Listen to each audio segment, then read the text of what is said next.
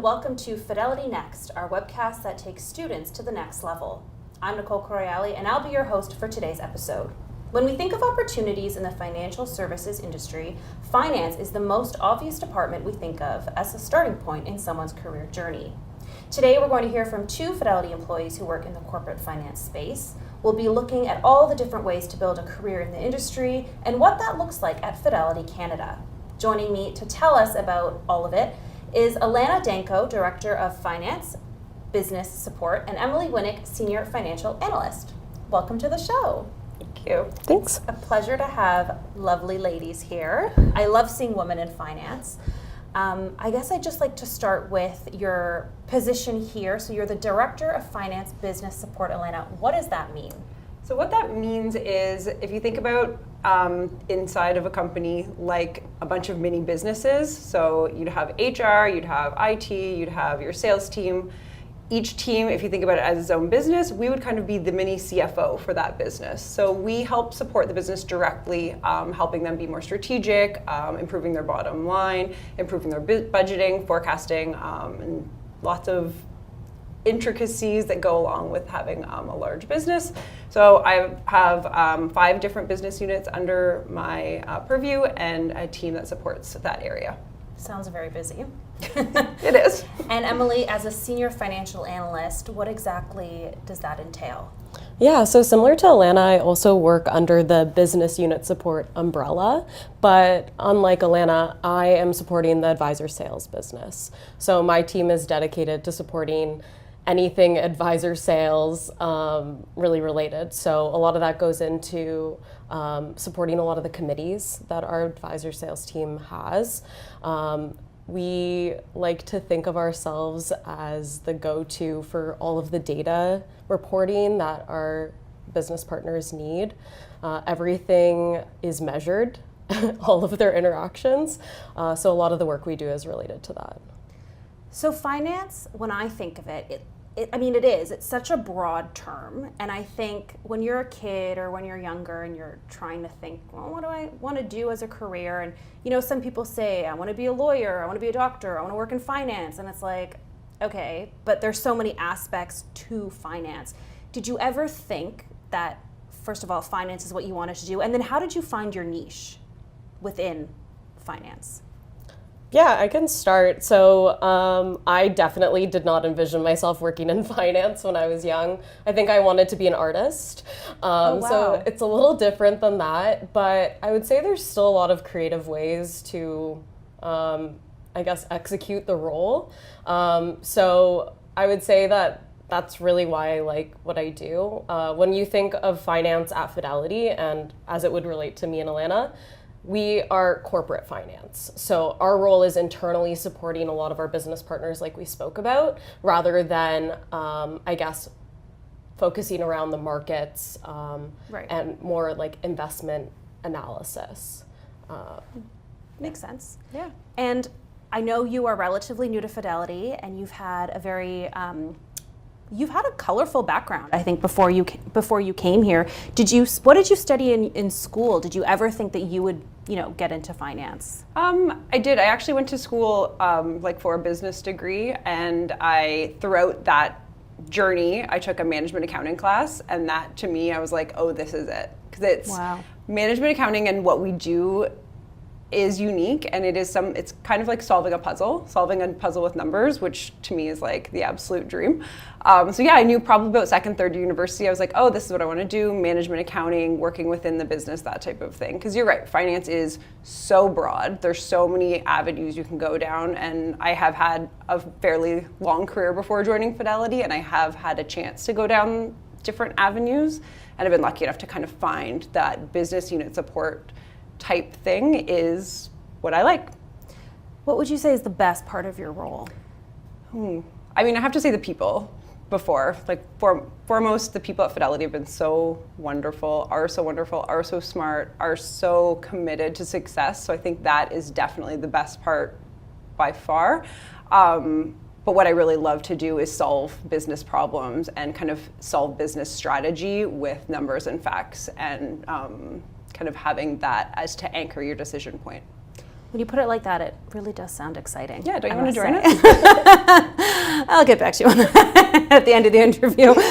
Emily, you did a co-op program, or the co-op program here with Fidelity. Can you talk a bit about that? Yeah, absolutely. So when I was in undergrad, I went to the University of Guelph. I was studying accounting, and I had completed one co-op term, kind of learned about what the corporate world was like, and I had a friend of mine who had just completed their co-op term at Fidelity, and she had nothing but praise for everything that the company had going on. So I decided to apply. Thankfully, I got accepted. So my career at Fidelity started in our internal audit department. And I thought, I've taken an audit course at school. Internal audit sounds like something related. Let me see what this is about. And I absolutely loved it. I had a really inspiring leader on the team, and I still keep in touch with her, and I feel like that being my first impression with Fidelity was so positive. And then after my role in internal audit, I ended up coming back for 2 more co-op terms, and both of those were in the finance department. And did you have to, I guess you had to reapply each time. Was it the same type of application? Was it onerous or easy? I feel like Fidelity really likes to reward their employees who kind of go that extra mile, Right. Take initiative in their roles, and that was something that I always tried to do when I took on a co-op role. So when I first started in internal audit, I actually had the opportunity to connect with a manager in finance. I had built up a little bit of a reputation within my team, and that really helped me make that move on into the finance department. So luckily I didn't have to reapply necessarily, but I still was able to kind of leverage my internal network to get that next role. What are some of the things you do today that you maybe never thought that you'd get to do, if anything?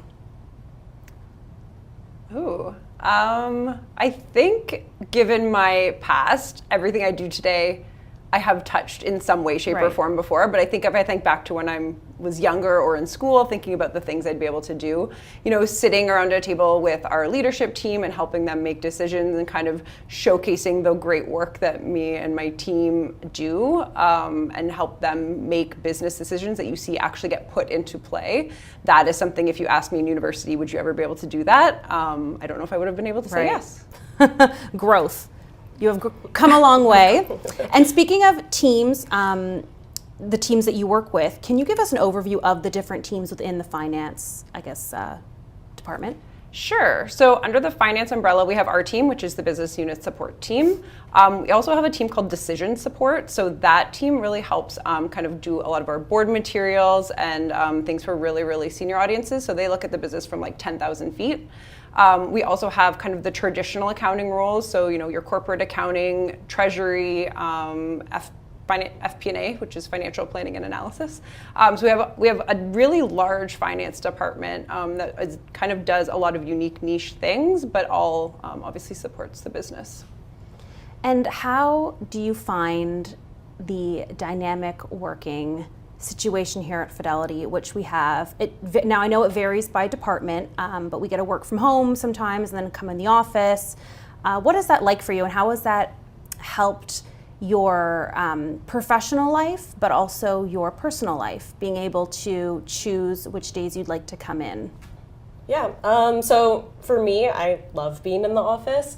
I live downtown, so it's about a 15-minute walk into Right. the office for me, and I really love connecting with my coworkers, so I try to be in person as much as possible, but of course that's not the expectation of everyone. And I feel like it's really nice to be in a company where on a Friday, if I have an appointment and it's going to conflict with me coming into the office that day, like I do have that option to Right. then work from home. I had actually worked at Fidelity even like pre-pandemic, so I experienced our culture when Rapidly everything was 100% in person, and I feel like I can really appreciate the new flexibility that we've kind of kept moving with. It's a good work-life balance. And for me, someone who's also had, past years of past working experience coming from a life before where you're always in the office, but now having the dynamic working environment is just amazing. Like it's next level. It really helps with work-life balance. What's a typical day like for you in the office? When I come to the office? Yes. So usually I'm here, we have our first meeting at 8:30. That's usually just kind of a touch point with my boss and his broader team, and we're kind of set the tone for the day, the week, kind of what's going on, any hot button issues. Then from there, it kind of depends, which is a horrible answer, and I'm sorry, but every day is a bit different. So because I support 5 different business units, it's really about which business unit or which project are we working on today, and that usually gets more of my attention. I'd say over the course of a month, I touch every business unit equally, but over the course of kind of a day or a week, there may be more pressing things. So one thing my team works on a lot is pricing. So we help some of our institutional businesses work on kind of strategic pricing analysis. So when that is busy, because that's client facing, we work on that, kind of drop everything else and work on that. But otherwise, it's cyclical. It could be budgeting, forecasting, those types of things. Well, that's good to know because, some people do want to get into a work environment where it is the same every single day. They have their routine. They know their meetings this time. But then other people thrive in an environment where things can change and things are different. Do you find it's like that for you too, or is it more steady? I would say it also varies. There's a little bit of flexibility, I think, in how your role is going to function for you. I know for me, I really like having a lot of projects on the go. Within our department, we also have what's called an analyst forum that I'm the chairperson of. So that's something that's completely outside of my day-to-day job that I get to kind of steerhead. And so that can help me feel like I'm getting the most out of my day, because when I do have more routine tasks that might take up a portion of my morning, then I know, well, in the afternoon, like I can think about what's the next analyst forum going to be about. Right. And so I find that I've really enjoyed that about my role and career at Fidelity in general, is that you can tailor some of what your day-to-day looks like to what your preferences are. I want to ask both of you, what are there, and what are they, if any, misconceptions about working in finance that you'd like to debunk? Because I feel like there are a lot. One being that maybe it's boring and it's the same thing every day, so we just proved that wrong because it's clearly not. One being that it's old boys club. Right. I'd say it probably can be depending on where you go, but it's, I've been in my career for over 15 years now, and I'd say where it was 15 years ago to where it is today, just in terms of like gender equality and being respected as a female at the table, it's kind of like night and day. So I'd say it's no longer an old boys club. Definitely people of all genders welcome, which I do love. I think that's great. But yeah, definitely not a boring job. Yeah, and I guess from my perspective, whenever I talk to my friends about my job or the company that I work at, a lot of them think, so like, what are you doing? Are you just in spreadsheets all day? And Excel. Yeah, definitely not. I would say I really like being creative. I had an arts background. And so when I'm putting together a piece of analysis from this initial spreadsheet, I find that there's a lot of room to, be creative and tell a story within that analysis. A lot of people, I think, praise our department for making like pretty PowerPoints as well. Like, we take into account things like how colors go together, and like as a little bit more of a girly girl, I guess. Like that's always something that I really enjoy, is when something looks aesthetic. Right. And so I feel like you can relate. Expect that within a finance role. Right. Well, I want to leave on a hopeful note. So I'm going to pose this question to both of you. What's some advice that you would give to the next generation of young professionals wanting to pursue a career in finance? Learn Excel. No. I think, find what you love, but also don't worry if the first job you get out of school is not what you love. You have a whole career in front of you, and you will be able to find that piece of finance that fits with you. So I'd say there's so many opportunities, and because it is so broad, you have so many choices. So just kind of find what you love and don't stop chasing that. Don't be discouraged. Don't be discouraged, exactly. Just because maybe it's not what you thought, but you'll find Exactly. where you're meant to be. 100%. I like that. I think I would say something similar, but maybe I would tell like my younger self to remember patience, and that you're not always going to be doing what you love for the 40 hours of the week. And so I find that keeping perspective on what this means in terms of my career in the long run is much more important than if there's a task that's on my plate that's not necessarily super exciting to me. And just trying to keep that perspective, I find really helps me stay motivated as well when I get those. That's a good one. Yeah, I like that. I think it's important to remember too that at the end of the day, you have to love what you do, but sometimes it's going to come with, when you remember it's my work. It's not always going to be super fun, but it's what it is, and you just patience, remind yourself that things will get better. Well, thank you so much for joining me today on Fidelity Next, and thank you for tuning in today. We hope you're feeling inspired to start exploring the world of finance for your next co-op or internship. If you want to rewatch the show or share it with those who missed it, you can find it under the Live Videos tab on Fidelity Canada's YouTube page. It's been lovely being your host today. For Fidelity Next, I'm Nicole Correale, and we'll see you on the next episode.